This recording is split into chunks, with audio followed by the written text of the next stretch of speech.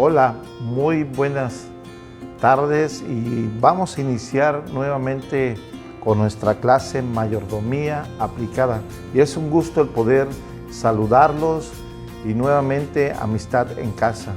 Y quiero tomar unos minutos para poder felicitarlos. Hemos visto el desarrollo, ese interés que han tenido cada uno de ustedes al revisar sus cuestionarios, al revisar su puntualidad, y eso nos alegra porque ese es el propósito, de que todos podamos aprender juntos. Y vamos a orar en el nombre de Jesús, vamos a orar para iniciar nuestra clase. Padre, te damos muchas gracias, Señor Jesús. Gracias porque usted ha sido bueno, Señor. Gracias, Señor, por ayudarnos en este tiempo, Señor.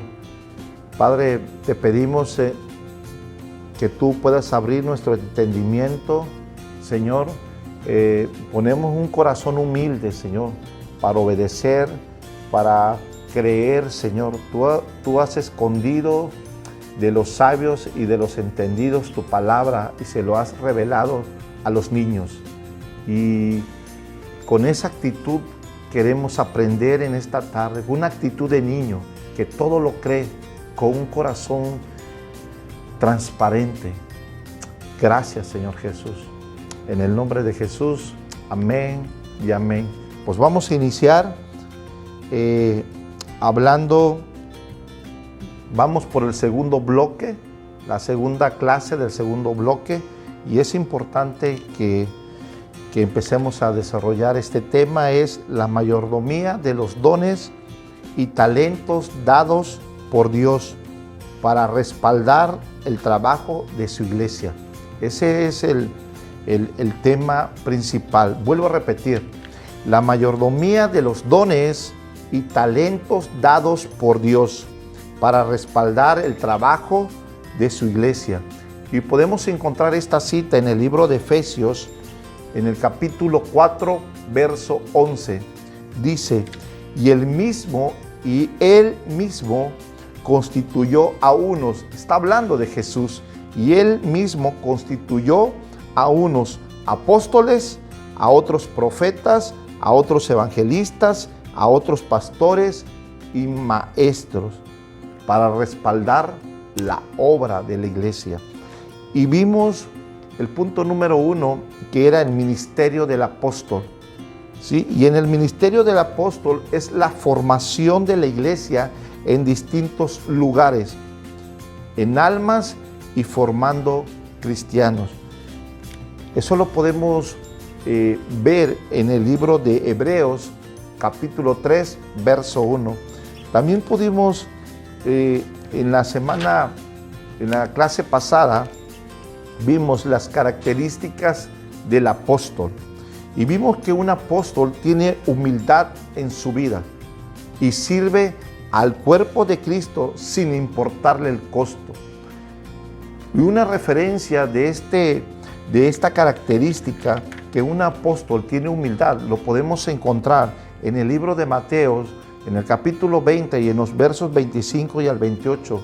Y aquí nos describe: entonces Jesús, llamándolos, dijo, sabéis que los gobernantes de las naciones se enseñorean de ellas, y los que son grandes ejercen sobre ella potestad. Mas entre vosotros no será así, sino el que quiere hacerse grande entre nosotros será vuestro servidor. Y el que quiere ser el primero entre nosotros será vuestro siervo. Como el Hijo del Hombre no vino a ser servido, sino para servir y para dar su vida en rescate por mucho. Jesús se abandonó. Jesús vino a servir. Jesús lavó los pies de sus apóstoles. Jesús partió el pan. Jesús pudo ver en aquellas personas, en aquellos gentíos que lo seguían, él pudo ver esa necesidad en su interior. Sanaba, realizaba milagros señales, prodigios, pero también daba de comer. Jesús vino a servir. Y también vimos otras características. La característica de un apóstol busca la unidad del cuerpo de Cristo. Y Juan capítulo 5, verso 44 dice así: ¿cómo podéis vosotros creer que recibéis gloria los unos de los otros y no buscáis la gloria que viene del Dios único? Es una pregunta. Y el apóstol busca la unidad del cuerpo de Cristo, no gloriándose por el hacer de Él, sino darle todo lo que pueda realizar en el hacer, es para la gloria del Señor, para que Jesús sea exaltado, para que Él sea entronado, para que Él sea lo primero. La preeminencia siempre para Jesús. Y dentro de las funciones de un apóstol, también la clase pasada pudimos ver que un apóstol tiene visión para los perdidos. La idea está clara. Él puede ver muy claro la visión para los perdidos. El plan fue hecho en la eternidad. El plan de salvación es personal, familiar, y el apóstol lo tiene muy claro hacia dónde debe de caminar. Hay un solo camino, el camino de la verdad. Jesús. Jesús es el camino, la verdad y la vida. Marcos 16:15 también nos habla acerca y les dijo: id por todo el mundo y predicad el evangelio a toda criatura. Era un deseo, era una instrucción por todo el mundo, id por todo el mundo y predicar el evangelio a toda criatura. Id y hacer discípulo. Y el discípulo es poder llevar a la gente al corazón de Jesús. Mateo 24:14: y será predicado este evangelio del reino en todo el mundo para testimonio a todas las naciones, y entonces vendrá el fin y será predicado este evangelio. Un evangelio de buenas noticias, porque las palabras de Jesús es verdad y son vida. Y también vimos los dones que deben de estar operando constantemente, esos dones en una operación constante. Y comentábamos en la clase pasada que cuando Pablo hablaba acerca de la operación de los dones, era como un equipamiento. Yo les mostraba de que era como si en este momento el apóstol llevara una mochila. Si Pablo se refería a eso en un soldado, que en esa mochila llevara lo necesario, ¿sí? lo indispensable para poder vivir en un lugar de combate, ¿sí? En un lugar de guerra, en un lugar de lucha. Entonces Pablo, esta palabra de operación se refiere a cargar, que el soldado cargara su mochila con lo necesario para poder sobrevivir. Y esto, los de los dones que deben de estar operando, que debe de traer continuamente el apostolado, es poder traer esos dones. ¿Y cuáles son?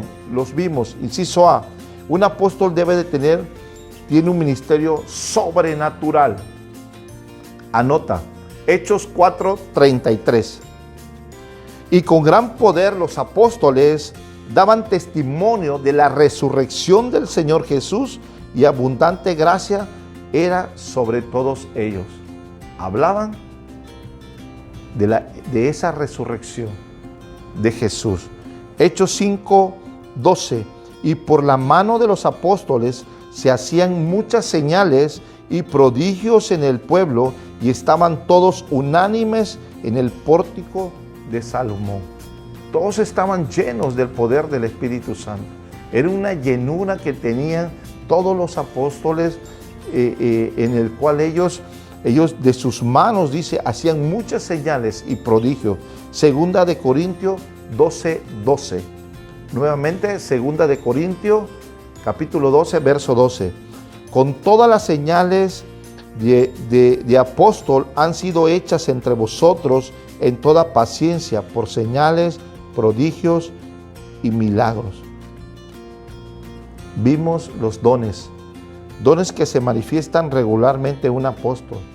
La sanidad, anótalo, dones que se manifiestan regularmente de un apóstol. Ese es el inciso B. Sanidad, hay una manifestación. Un apóstol pone sus manos, ora y hay sanidad, ¿sí? Milagros y discernimiento de espíritus. Pero también tiene talentos. Los talentos que regularmente acompañan a un apóstol, ¿sí? El de exhortación. Inciso A, el de exhortación. Y inciso B, el de la enseñanza especialmente. El de exhortación es aquel talento que está desarrollado en él, en donde la exhortación con amor, pero donde endereza el camino.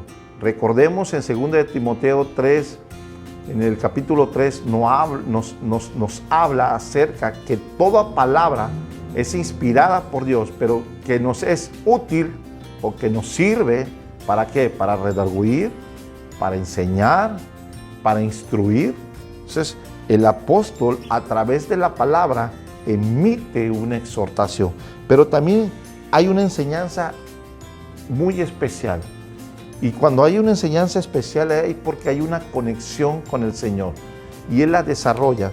Y hay un punto muy importante que yo he aprendido y cuando nos tomábamos la clase acerca de mayordomía, nuestra maestra nos comentaba algo muy especial que tiene el apóstol. Y el apóstol tiene algo muy importante. Es una persona responsable. Una vez más, el apóstol es una persona responsable. Y yo quiero de pronto aterrizarme en esto. Y es algo que puede saltar en una persona que tiene este ministerio del apostolado. Es una persona responsable. Y vamos a ver 5 características del apostolado como persona responsable. Y la iglesia es tan fuerte como lo son sus personas. Una persona irresponsable nunca construirá una gran vida. Creyentes irresponsables nunca construirán una gran iglesia. Las grandes iglesias están construidas por personas que toman seriamente su responsabilidad espiritual. Y inciso número 1, anota como encabezado. Mencionamos que son 5 características y esta es la primera. Inciso número 1, primera característica: personas responsables se comprometen. Es decir, el compromiso simplemente significa hacer de algo una prioridad. Y debido a eso, excluimos otras cosas. Es lo más importante. Y un ejemplo, yo estoy comprometido con mi esposa. Significa que hago a mi esposa una prioridad y excluyo todas las cosas que puedan tener o traerme conflicto o debilitar mi relación matrimonial. Ese es un ejemplo claro. Otro ejemplo: mi responsabilidad comienza con el compromiso. Nunca aceptarás responsabilidad por algo que estés comprometido con eso. Y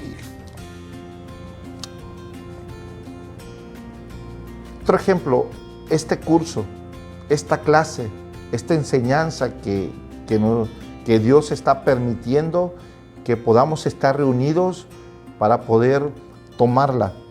Y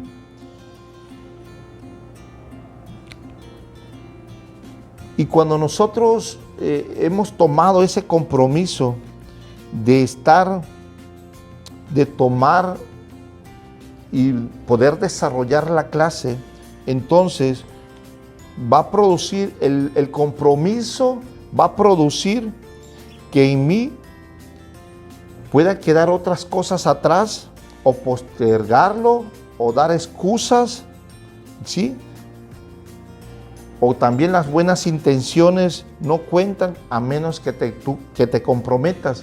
Entonces, todo esto, que toda esta circunstancia, ¿sí? o actividades que me puedan a mí no llevar a cabo el compromiso de poder desarrollar el aprendizaje de mayordomía, entonces van a estar haciendo que yo no lo pueda aceptar mi compromiso de cumplir, de poder estar puntualmente, de poder haber tomado un lugar, un tiempo para aprender, ¿sí? De haber buscado mis materiales, mis equipos, ¿sí? Contestar mis exámenes en tiempo y forma.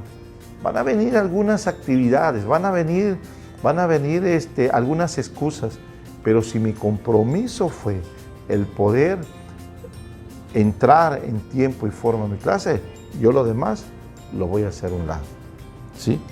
Y yo quiero decirte que el compromiso es como un pegamento. Anótalo ahí en tu libreta. El compromiso es como un pegamento. Y este pegamento te va a sostener esa relación para que puedas tú crecer, ¿sí? Está la base, está el fundamento y estamos nosotros. Y el compromiso es lo que va aquí en el fundamento, ¿sí? Lo que va tomado, ¿sí? Y en ocasiones vamos a tener cosas difíciles y vamos a correr, pero sin embargo, ¿sí? Se puede mover, pero pueden venir situaciones o circunstancias, pero este compromiso que sirve como un pegamento, aunque yo se mueva, no se va a caer. Pero si yo no tengo compromiso, no hay pegamento, se cae. Entonces, el compromiso es el cimiento para el crecimiento espiritual. Nuevamente, si lo puedes anotar, te lo repito, el compromiso es el cimiento para el crecimiento espiritual. Para crecer espiritualmente debes estar totalmente comprometido con Dios y totalmente comprometido con la iglesia, donde Él te ha plantado. Vamos a ver Mateo 4, 18, 21. Te voy a leer una versión internacional.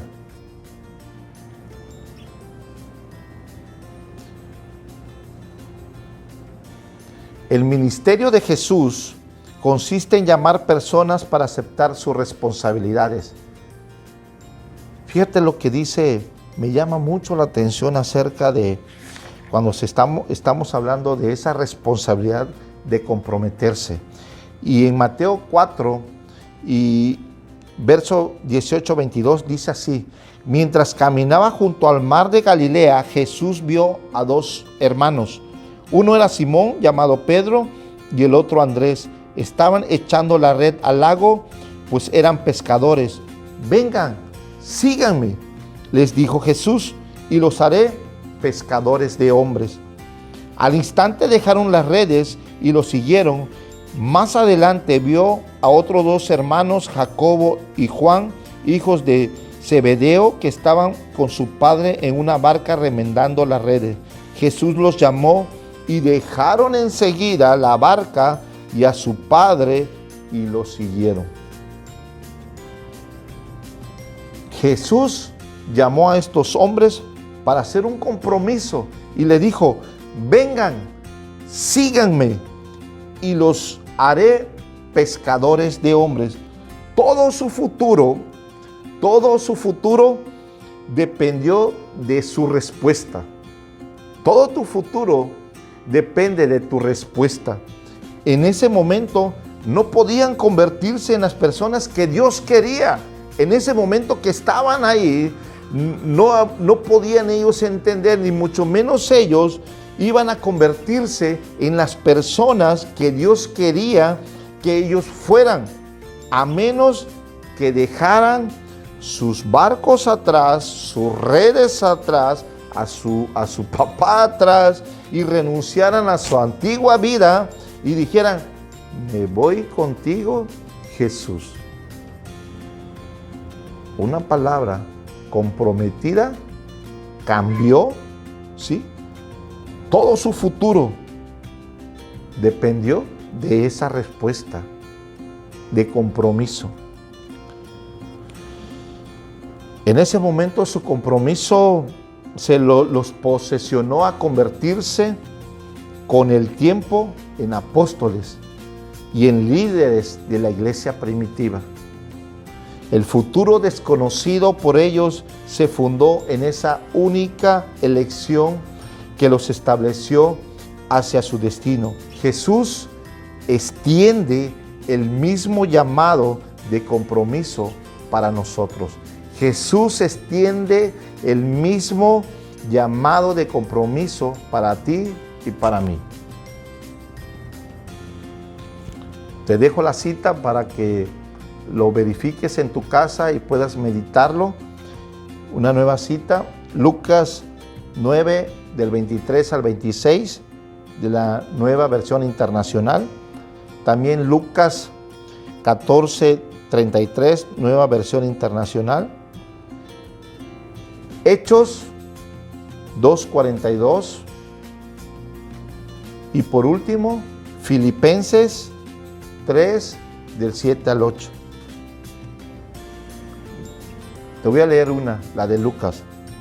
Dice: de la misma manera, cualquiera de ustedes que no renuncia a todos sus bienes no puede ser mi discípulo.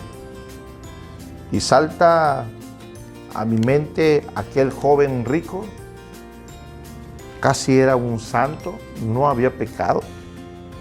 Y cuando Jesús le dice: deja todo aquello, dáselo, deja tu dinero y dáselo a los pobres, él se quedó parado. Jesús lo estaba invitando a una nueva aventura, a sanar al leproso, a limpiar al leproso, a ver milagros, sanidades, pero había algo muy importante que Jesús lo estaba invitando. Era su corazón. En su corazón no cabía nuestro Señor Jesús. Había algo que era necesario que ese joven pudiera sacarlo para que Jesús llenara todo su corazón. Dice: me amarás con todo tu corazón, con toda tu fuerza y con toda tu alma. En la siguiente clase vamos a ver la segunda característica de ser una persona responsable, que es un punto muy importante que tiene el apostolado. El segundo punto que vamos a ver es: personas responsables se conectan. El tercer punto: personas responsables contribuyen, ¿sí? Y personas responsables cuidan y llevan. Pues me dio mucho gusto de haber compartido con ustedes en esta hora, en este tiempo. Y bueno, vamos a despedirnos. Yo les pido a mis alumnos, a los que estamos conectados, que reacciones, que comentes. Es muy importante que ahí en el chat que ustedes están desarrollando, pues comenten. Eso viene a enriquecer los temas, ¿no? Están ustedes, yo los leo, y es muy bueno que si están ustedes subiendo un comentario, puedan hacer un diálogo entre ustedes y decir: ok, yo estoy de acuerdo contigo, Juan, porque has mencionado que la obediencia depende. Entonces, puedan desarrollar esos comentarios y podamos aprender todos, ¿sí? Entonces, pues vamos a orar y darle gracias al Señor por este tiempo. Padre, muchas gracias, Señor Jesús, por este tiempo que tú nos has dado. Espíritu Santo, gracias porque has despertado en nosotros ese hacer, Señor, pero como el querer, Señor. Gracias, Señor. Te damos en esta hora, Señor, y te pedimos que, Espíritu Santo, que tú sigas revelando tu palabra en nuestros corazones, Señor. En el nombre de Jesús. Amén, amén y amén. Vamos a darle un fuerte aplauso a Jesús en esta hora. Amén. Y no se te olvide, vamos a pasar aquí, si es oportuno, la cintilla, y vamos a orar por nuestras ofrendas y nuestros diezmos. Padre, gracias, Señor. Muchas gracias porque tú has sido bueno con nosotros, Señor, porque hasta ahora en este tiempo tú has sido fiel con nosotros, Señor. Y de lo mucho que tú nos has dado, Señor, nosotros te damos la parte que a usted le corresponde, Señor. Gracias, Señor. Gracias, Señor, por ser bueno, Señor. Gracias, Señor, porque tú en este tiempo has sostenido a cada familia, Señor, a cada varón, a cada hombre, Señor. Oramos, Señor, por cada familia, Señor, por la obra de sus manos, Señor, de cada hombre que trabaja en la fábrica, que trabaja por su cuenta, que tiene su negocio, Señor, que aquellas personas que venden por catálogo, Señor, bendice, Señor, sus manos, Señor, la obra de su trabajo, Señor Jesús. Y gracias, Señor, gracias porque a aquellos que tienen su negocio propio, en medio de esto, Señor, tú has sido fiel, Señor.